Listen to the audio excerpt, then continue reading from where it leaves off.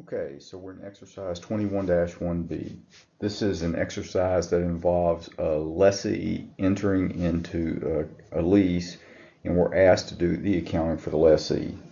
So the basic facts of the problem are the lessee enters into the lease on January 1st, 2014.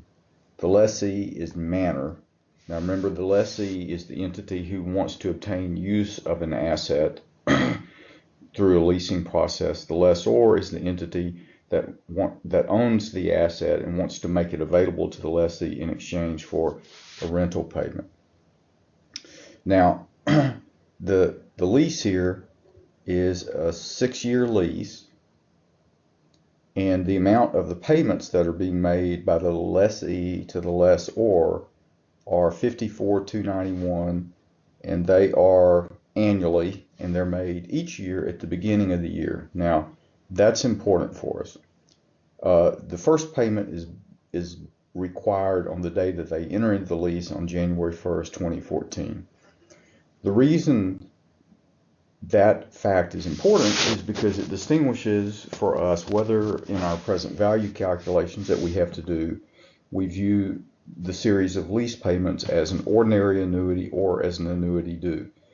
If you remember from your other classes, an annuity is a series of payments that are fixed in amount where the interval of time between each payment is the same. If the first payment occurs today upon inception of the contract, it's called an annuity due. If the first payment occurs at the end of the first period of time, it's called an ordinary annuity. In this case, since the first payment occurs on the inception of the lease, that is on January 1st, 2014, this is an annuity due. So in the present value calculations that we have to do, and which I'll describe in a moment, we need to use a present value of an annuity due formula. Okay, so what the lessee is obtaining is a printing press. And this printing press has a useful life of 6 years, and it has a salvage value or a residual value at the end of the lease of $10,000. And importantly, that residual value is not being guaranteed by the lessee. It's called unguaranteed residual value. At the end of the lease term, the leased asset, the printing press, goes back to the lessor. In other words, title does not transfer from the lessor to the lessee with respect to the printing press. The lessee, Manor, uses the straight line method of depreciating its plant assets. And finally, we're told that Manor's incremental borrowing rate is 12% and lessor's implicit rate is unknown.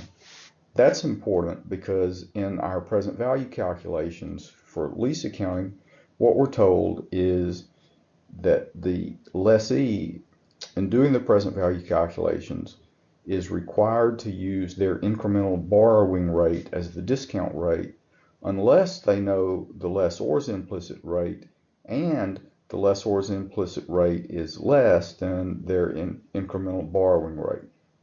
In this case, since they don't know the lessor's implicit rate, the only rate that they've got to go on is their incremental borrowing rate, and so for purposes of discount calculations, present value calculations, we're going to use a 12% discount rate. Okay, so the first question that we're asked to address here is what type of lease is this? It's either an operating lease or capital lease. For it to be classified as a capital lease, it has to meet one of those 4 tests that we described in our class discussion. And here are the 4 tests.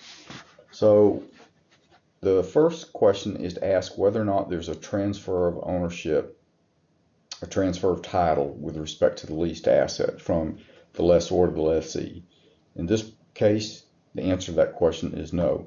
So then the next question is whether or not there is a bargain purchase option. A bargain purchase option is simply an option that the lessor gives to the lessee to purchase the leased asset at the end of the lease term at a price below the fair market value of the asset at that point in time. There's no facts here to suggest that that is the case, so the answer to that question is no. Then the next question is whether or not the lease term is at least 75% of the economic life of the leased asset. In this case, we're told that the lease term is 6 years, and we're told that the estimated useful life of the asset here is 6 years. So the lease term equals 100% of the useful life of the asset. So then the answer to the question of whether the lease term is at least 75% of the economic life of the asset, the answer to that, of course, is yes, because it's equal to 100% of the economic life of the asset. So it's clear that we have a capital lease here. There's the fourth question here, whether the present value of the minimum lease payments are at least 90% of fair value of the asset. We don't even have to answer that question in this case, because we already have determined by virtue of answering the question on lease term that this is in fact a capital lease. Okay, so let me erase this stuff and we'll go back and continue. So the answer to the question of whether it's a capital lease or an operating lease, it is a capital lease. Okay, so the next thing we're asked to do is to compute the present value of the minimum lease payments. Okay, as I mentioned to you in class, minimum lease payments is a technical term, as this overhead means. Minimum lease payments includes the recurring rental payments that the lessee is required to make. It includes any guaranteed residual value. It includes any penalty for failure to renew the lease, and it includes any bargain purchase option. And then we also mentioned in class that executory costs are not part of minimum lease payments. Executory costs are costs like taxes, insurance, repair and maintenance, etc. on the leased asset. So there's 4 potential components to minimum lease payments.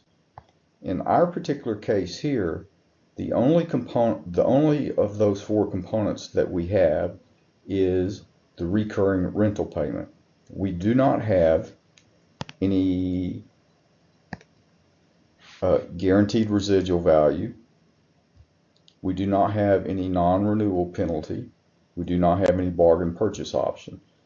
So the present value of all those components, of course, is 0 because they're not present here. What we do have is the recurring rental payment. The recurring rental payment, according to the facts of the problem, is $54,291. There are 6 of those payments to be made, and the appropriate discount rate to be used by the lessee, their incremental borrowing rate, is 12%. So what we're going to do is we're either going to use your financial calculator or we're going to flip to the charts in the textbook and look up present value of an annuity due factor for I is equal to 12% and N is equal to 6. That factor equals 4.6048. We're then going to take that factor, multiply it times the recurring payment amount of $54,291, and we're going to come up rounded to $250,000. So that $250,000 is the present value of the minimum lease payments, because that's the recurring rental payment is the only component of minimum lease payments that we have in this case. So present value minimum lease payments, $250,000. That's the answer to part B of the problem. Okay, so part C of the problem asks us to prepare the journal entries for the lessee through January 1st, 2015. So here we go. First entry that's going to be made on at the inception of the lease on January 1st, 2014 is the entry to book the leased equipment. We're going to debit leased equipment, credit lease liability for the present value of the minimum lease payments, which is $250,000. That's the amount that we calculated up here. This leased equipment account here is going to show up on the asset side of the lessee's balance sheet under property, plant, and equipment. And it's going to be accounted for just like any other piece of property, plant, and equipment that the company purchases. It's going to be depreciated over its useful life. The lease liability here is going to show up on the liability side of the lessee's balance sheet. It's going to be reported as liability just as though the lessee had gone out and borrowed the money to purchase the equipment. Okay, that's the first entry that's going to be made on the inception date of the lease. The second entry that's going to be made on the inception date of the lease is the entry to record the first lease payment. Remember, the first lease payment is due upon entering the lease. So the lessee cuts a check to the lessor for the agreed upon rental amount of $54,291. So that's going to be booked by means of a credit to cash of $54,291, and we're going to have a debit to the lease liability account of $54,291. In this case, the entire amount of the lease payment goes as a reduction of the lease liability account because the liability has not been outstanding long enough to incur interest. We entered into the liability and immediately reduced it by $54,291 by making a payment to the lessor. We'll see at the end of the accounting period that's not the case. In fact, at the end of the accounting period, on December 31st, 2014, now we have to accrue interest on that lease liability. And the basic structure of the entry: debit interest expense, credit interest payable for the amount of the interest that's accrued on that lease from the beginning of the year, January 1st, 2014, through December 31st, 2014. And the amount that we're going to recognize here as interest expense is calculated by taking the carrying amount of the lease at the beginning of the interest period. The carrying amount of that lease at the beginning of the interest period is simply the credit to the liability account in the first journal entry less the reduction in the liability account from that payment that occurred on 1/1/2014. So the difference between those two represents the carrying amount of the lease liability throughout 2014 on which interest accrued. Interest is being recognized here based upon a 12% interest rate, because that's the incremental borrowing rate of the lessee that's used in all the interest calculations. So carrying amount of obligation beginning of the year times 12% interest rate gives you $23,485. Debit interest expense, credit interest payable for that amount.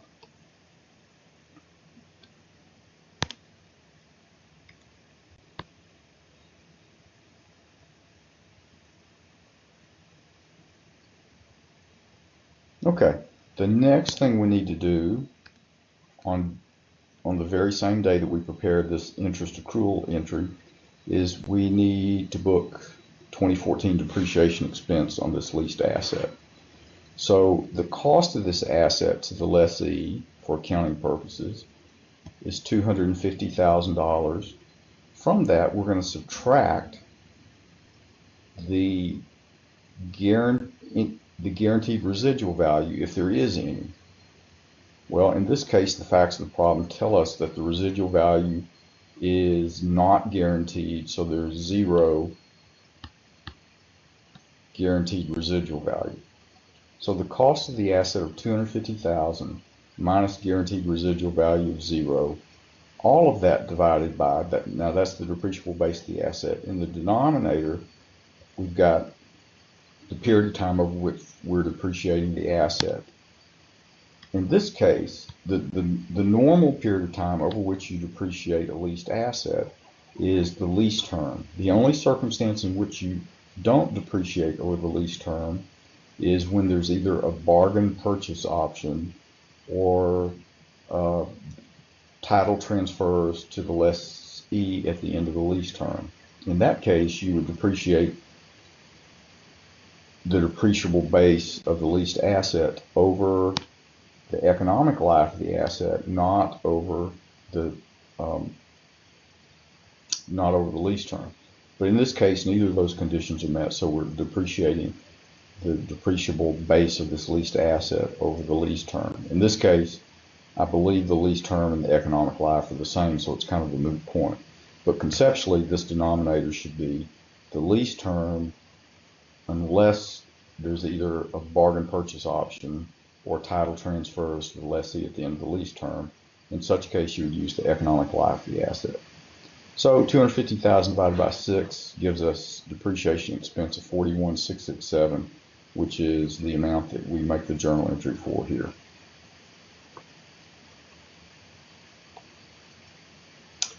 Okay, the last thing that we have to do, that takes care of all the entries in 2014.